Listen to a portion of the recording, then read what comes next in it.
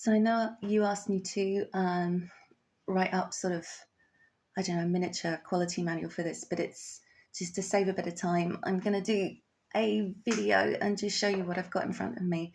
So you've got a sort of demonstration of how it works at the moment, if that's all right with you. So what I'm in is a folder called A3 Materials Requisition. And what you do is that you just replace your current A3 folder with this. It's a template format, which means the structure would remain the same in any project. So you just essentially copy and paste it over into whatever project you wanted, and there'd just be a tiny bit of changing of the template in order for it to be site specific, right? So in this structure, you have 3 folders up here, which is raised MRs, raised POs, and A3 templates. And then you've got your 2 Excel documents here. The one I'm going to click to start this process is the materials requisition. So in this scenario, I'm acting as the site representative right at the start of when I want to have materials delivered. So it's not a particularly exciting document, and you won't enter any data into this. So at the moment, it's only got these 2 columns here, and it's actually going to fill those out itself. So all I'm going to do is click stage 1, and it's going to open up your materials requisition template.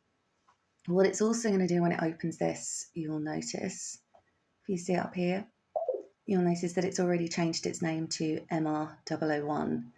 And before I start filling this out, what you'll notice is that it's actually the only document that's open. So the document we used when we click that button to open this is actually closed.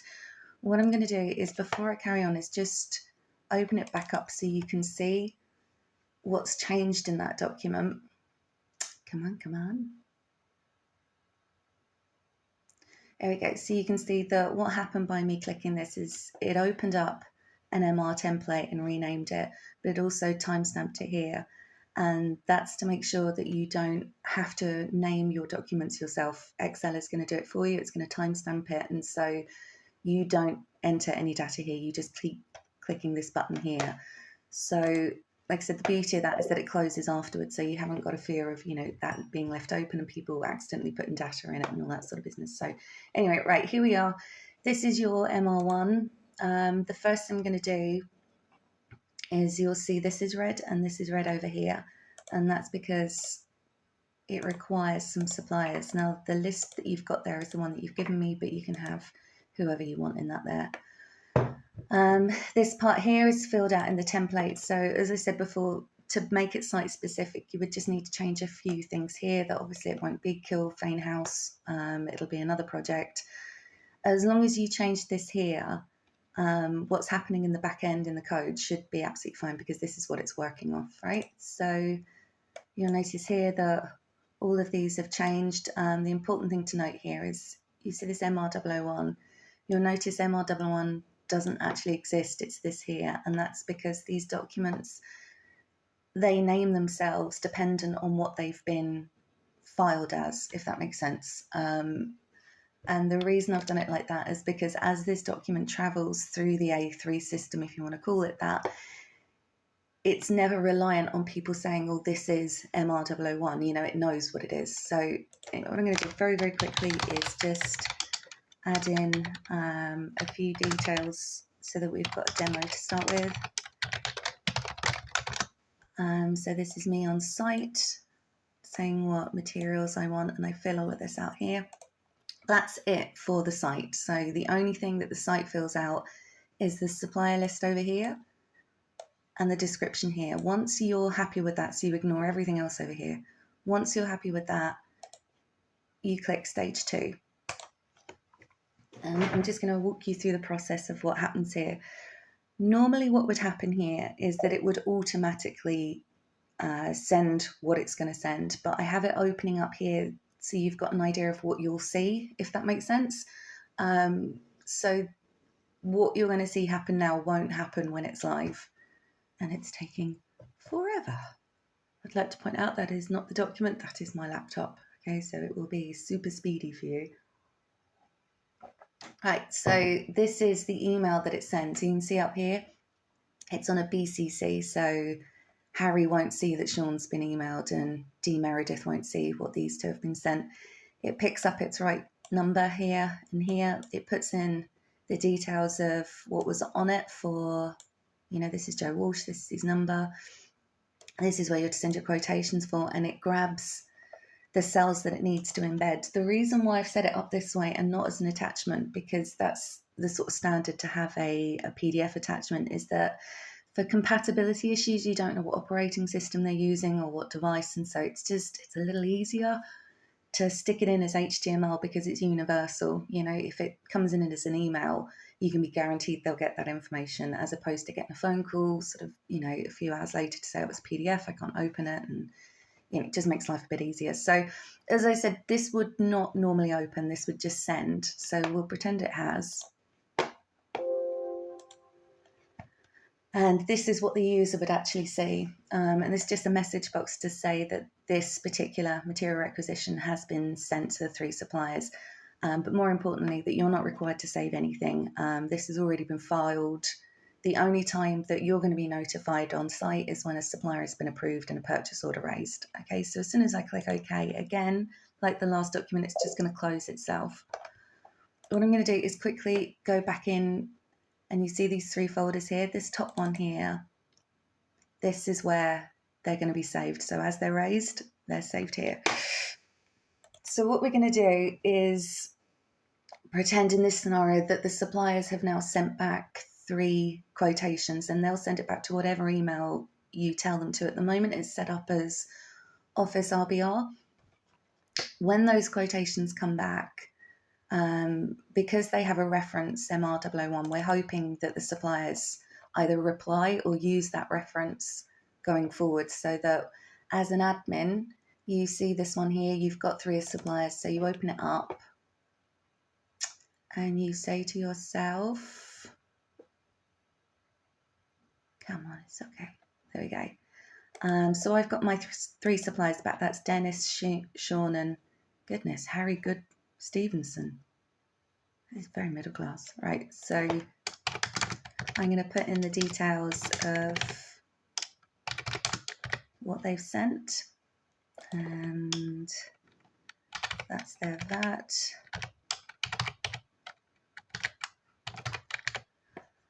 So that we've got our prices here. So this is me as an admin. This isn't actually the person who is approving it. This is the person who would be manually entering the data that comes back from the supplier. So I fill out there, and then I literally just send for approval. That's all I do. Again, this process in this demonstration is going to open up an email because I want to show you what that person will send. But when this is live, this will be automatic. So again, it picks up the right MR.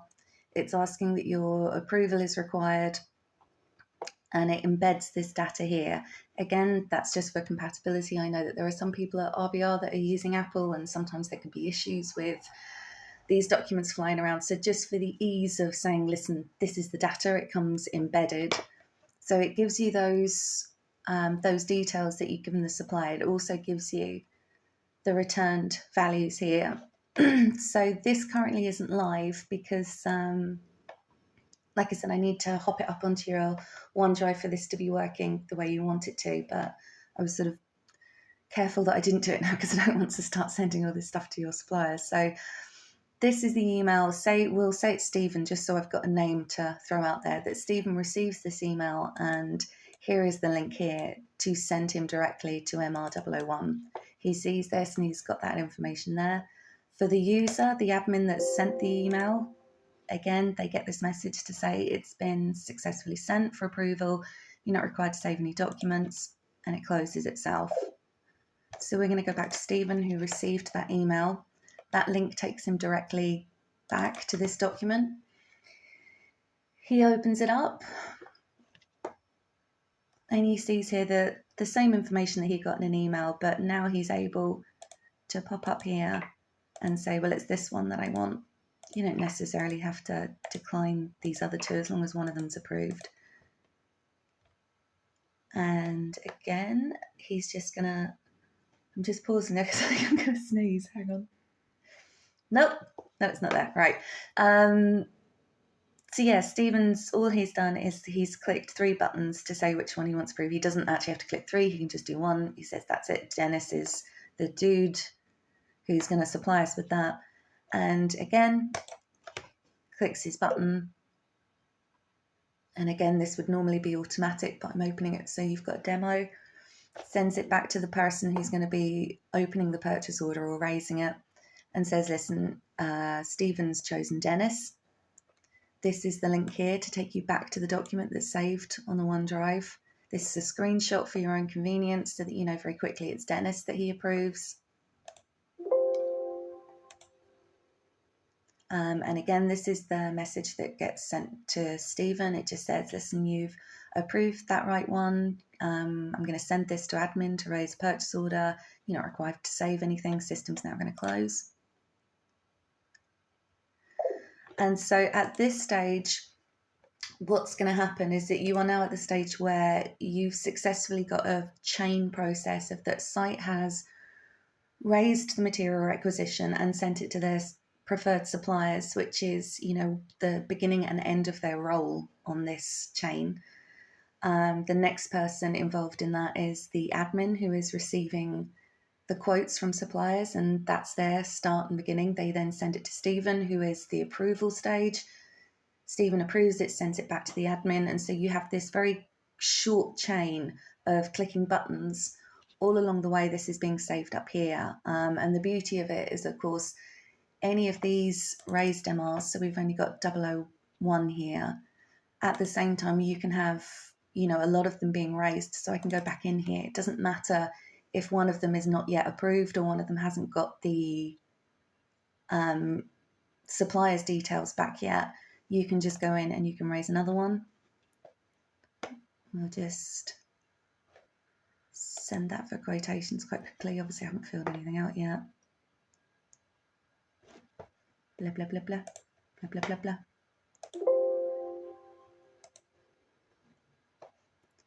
And so at any point, say if Stephen or Eddie or, you know, you, if you need to check what material requisitions are going out, you've got this list here of when they were created and their timestamps, and then you can just go back into this folder here and check them to see what's on them.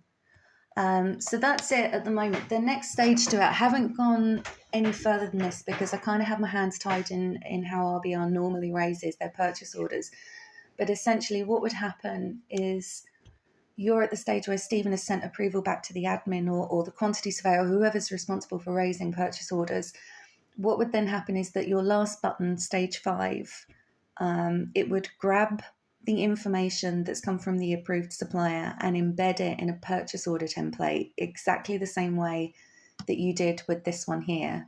Where are you?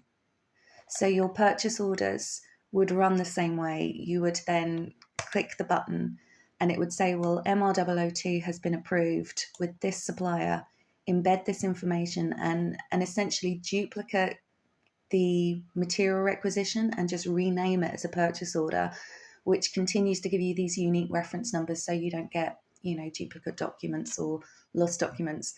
And instead of it saving in the MR folder here, it would then save it in the raised POs. So hopefully that makes a bit of sense. Obviously, if you wanted to go live with this, you'd have to just give me a little bit of guidance on the raising of the POs, because I know that a lot of companies do it slightly different. There's a lot of information that some people don't want on their purchase orders. And so just give me an idea of that and I can sort of stitch up the back end on the last stage.